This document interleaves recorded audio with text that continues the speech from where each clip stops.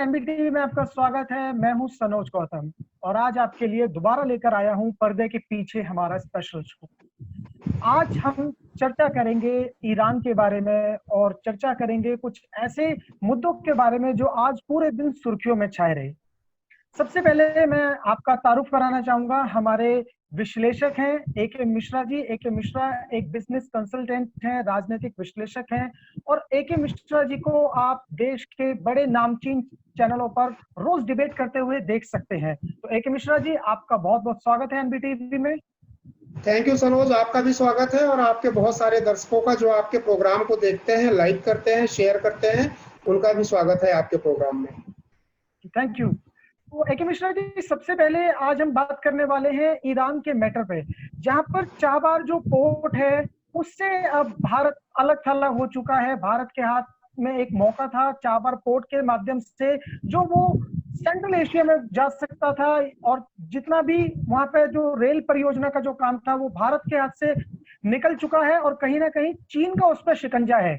तो हम आपसे जानना चाहेंगे कि किस तरीके से ये प्रोजेक्ट भारत के हाथ से निकला और जिस तरीके से अमेरिका ने ईरान के ऊपर जो प्रतिबंध लगाए थे, उसके बाद में तेल का जो निर्यात बंद किया था, उसके बाद ईरान और भारत के रिश्ते कितने खराब हुए, क्या आने वाले समय में देखा जा सकता है और इनके परिणाम क्या हो सकते हैं? क्योंकि कहीं ना कहीं चाइना, पाकिस्तान अब भारत के लिए एक थ्रेट बन जाएगी और ईरान से भी हमारे जो दोस्ताना रिश्ते थे वो काफी कमजोर हो गए हैं। तो हम सबसे पहले आपसे जानना चाहेंगे कि इसके बारे में आप हमें विस्तार से बताइए कि इसके अब क्या परिणाम देखने को मिल सकते हैं आने वाले समय में।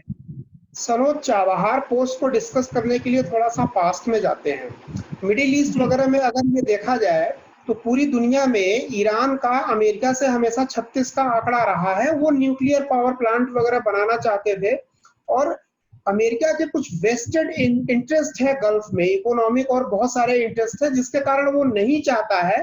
साथ ही इजराइल अमेरिका का बहुत स्ट्रॉन्ग एलाई है। आप ये बोल सकते हो जो इजराइल चाहता है अमेरिका वही करता है। तो परमाणु शक्ति संपन्न देश अगर ईरान हो जाता तो उसमें पहला खतरा जो है इजराइल को होता। तो इजराइल और अमेरिका नहीं चाहते थे कि ये परमाणु शक्ति संपन्न हो, इसलिए उन्होंने बहुत सारे रिस्ट्रिक्शंस लगाए थे। हालांकि इस रिस्ट्रिक्शंस के बावजूद भी भारत के बहुत रिलेशन मधुर थे। हमारे प्रधानमंत्री और भूतपूर्व पास्ट में भी आप देखेंगे जो भी डिप्लोमेटिक एफर्ट हुए हैं, हम उनसे तेल वगैरह खरीदते रहे। यहाँ तक कि एक बार बात यह चली थी कि ईरान से सीधे गैस की सप्लाई की एक पाइपलाइन बिछेगी जो ईरान से पाकिस्तान होते हुए इंडिया तक आएगी। ईरान इसमें बहुत इंटरेस्टेड था लेकिन पाकिस्तान इंटरेस्टेड नहीं था। ईरान के सामने देखिए दिक्कत क्या है। ईरान के लिए चारों तरफ से इस वक्त प्रतिबंध लगा हुआ है, पैसों की मारामारी मची हुई है, एक तरीके से वो कंगाल है। तो ये ईरान जो जा रहा है मजबूरी के कारण ये चाइना के साथ जा रहा है।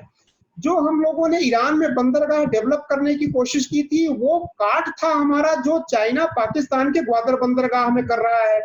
हमने प्लान ये बनाया था कि हम चाबहार को डेवलप करेंगे और वहां से फिर रोड और रेल लिंक डेवलप कर करके जो है अफगानिस्तान वगैरह और बाकी के अगल बगल नाइबरिंग कंट्री में जो भी पॉसिबिलिटीज होगी बिजनेस का, हम उसको सप्लाई करेंगे। लेकिन ये चूंकि कोविड के बाद से कुछ ग्लोबल जियोपॉलिटिकल सिचुएशन से ऐसी चेंज हुई कि ईरान का ये मूवमेंट बहुत मजबूरी में है। देखिए ईरान ने ऐसा क्यों किया। चाइना ने लगभग 20-25 सालों के लिए चाइना और ईरान ने एक सौदा किया है। सौदा ये किया है कि ईरान ने ये बोला कि हम आपको बहुत वाजिब दाम पे तेल देंगे, पेट्रोलियम प्रोडक्ट देंगे, और चाइना ने इसके एवज में क्या बोला?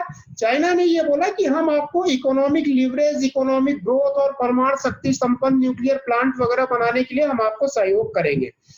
देखिए मुद्दा कहाँ पे फंस रहा है। सवाल ये है, कई लोग ये बोल रहे हैं कि भारत के लिए ये एक चिंता का विषय है। डेफिनेटली एक मामले में चिंता का विषय है कि इसका अगर हमने जो इन्वेस्ट किया, टाइम इन्वेस्ट किया, वो एक तरीके से बेकार होता हुआ हमें लग रहा है। लेकिन अभी ऐसा कोई श्योर शॉट नहीं कहा जा सकता है। तो ईरान ने एक चीज ये बोली है कि भारत के ऊपर जो इस समझौते के लिए अभी निगेटिविटी आई है, भारत के ऊपर ये है कि पेमेंट डिले हो रही है, इस चीज का आरोप लगाया है। तो इसको तो मैनेज भी किया जा सकता है। दूसरी चीज ये है, मैं बस के सिनेरियो की एनालिसिस करता हूँ। मान लीजिए ईरान भारत के एकदम अगेंस्ट हो गया, और ये तब होगा जब ग्लोबल सिचुएशन एकदम से बदल जाएगी, यानी वारा न्यारा हो जाएगा। ईरान को डिसाइड करना है कि अपने सर्वाइवल के लिए वो कुछ भी करेगा। तो ऐसे कंडीशन में क्या होगा, तब भी हमें घबराने की जरूरत नहीं है, क्योंकि जब उस लेवल तक सारी चीजें पहुंचेगी तो आप ये मान के चलिए कि बहुत सारे सैंक्शंस लगे होंगे। वो एक चाबहार या एक ग्वादर नहीं, आप 100 ग्वादर भी बना लेंगे। अभी देखिए अमेरिका ने चाइना को रिस्ट्रिक्शंस लगाने शुरू किए हैं, बहुत सारे देशों ने रिस्ट्रिक्शंस लगाने शुरू कर दिए हैं।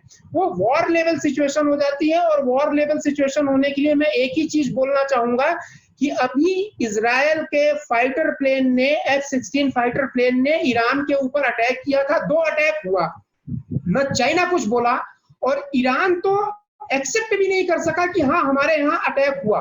उसके पीछे रीजन था, रीजन ये था कि अगर वो एक्सेप्ट करता तो अपने आप वो बेनकाब होता कि हाँ भाई हम कुछ परमाणु शक्ति से संबंधित, एटम बम से संबंधित हम कोई एक्टिविटी यहाँ पे या संवर्धन उस चीज का कर रहे थे। तो कंडीशन यहाँ पे ये है कि अगर उस लेवल तक चीजें एस्केलेट होती हैं, जो कि वॉर या नेक्स्ट टू वॉर और नियर टू वॉर वाली कंडीशन होगी, तो वहां पे भी हमें कोई बहुत ज्यादा घबराने की जरूरत नहीं है। तब तो सारी चीजें खुल्लम खुल्ला होती है, ओपन होता है।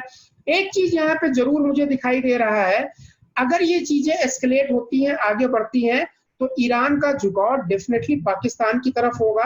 अभी तक ईरान और इंडिया का जो भी गठजोड़ था, जो भी मित्रता थी, उसके कारण पाकिस्तान को बहुत डैमेज होता था। पाकिस्तान इसका बेनिफिट लेना चाहेगा। एक एलाइज बनता चला जा रहा है चाइना, पाकिस्तान, ईरान। अगर ये बन गया तो डेफिनेटली हम लोगों को थोड़ा कॉशियस रहना पड़ेगा, लेकिन इसके और भी ऑप्शंस है, बहुत सारे ऑप्शंस हैं जो यहाँ डिस्कस नहीं किए जा सकते हैं। और मुझे ऐसा लगता है कि आगे आने वाले दिनों में सिचुएशन इस लेवल पे एस्केलेट होगी कि ये स्ट्रेटजी या ये डेवलपमेंट भी भारत को कोई बहुत नुकसान नहीं पहुंचा पाएगा। तो ए.के. मिश्रा जी, आपने हमें बताया कि किस तरीके से ये जो एक स्ट्रेटेजिक एक उपलब्धि थी भारत के पास में, वो कहीं ना कहीं भारत से दूर होती तो दिखी है, और इसके क्या आयाम हो सकते हैं उसके बारे में भी आपने बताया कि अगर ये तिगड़ी बन जाती है चाइना, पाकिस्तान और ईरान, तो कहीं ना कहीं ये भारत के लिए एक खतरे का काम भी कर सकते हैं। लेकिन भारत के पास में इसे रोकने के लिए और भी बहुत सारे ऑप्शंस अवेलेबल हैं, तो इंडिया उसका इस्तेमाल करके और इन सबको वहां पर रोकने की कोशिश करेगा।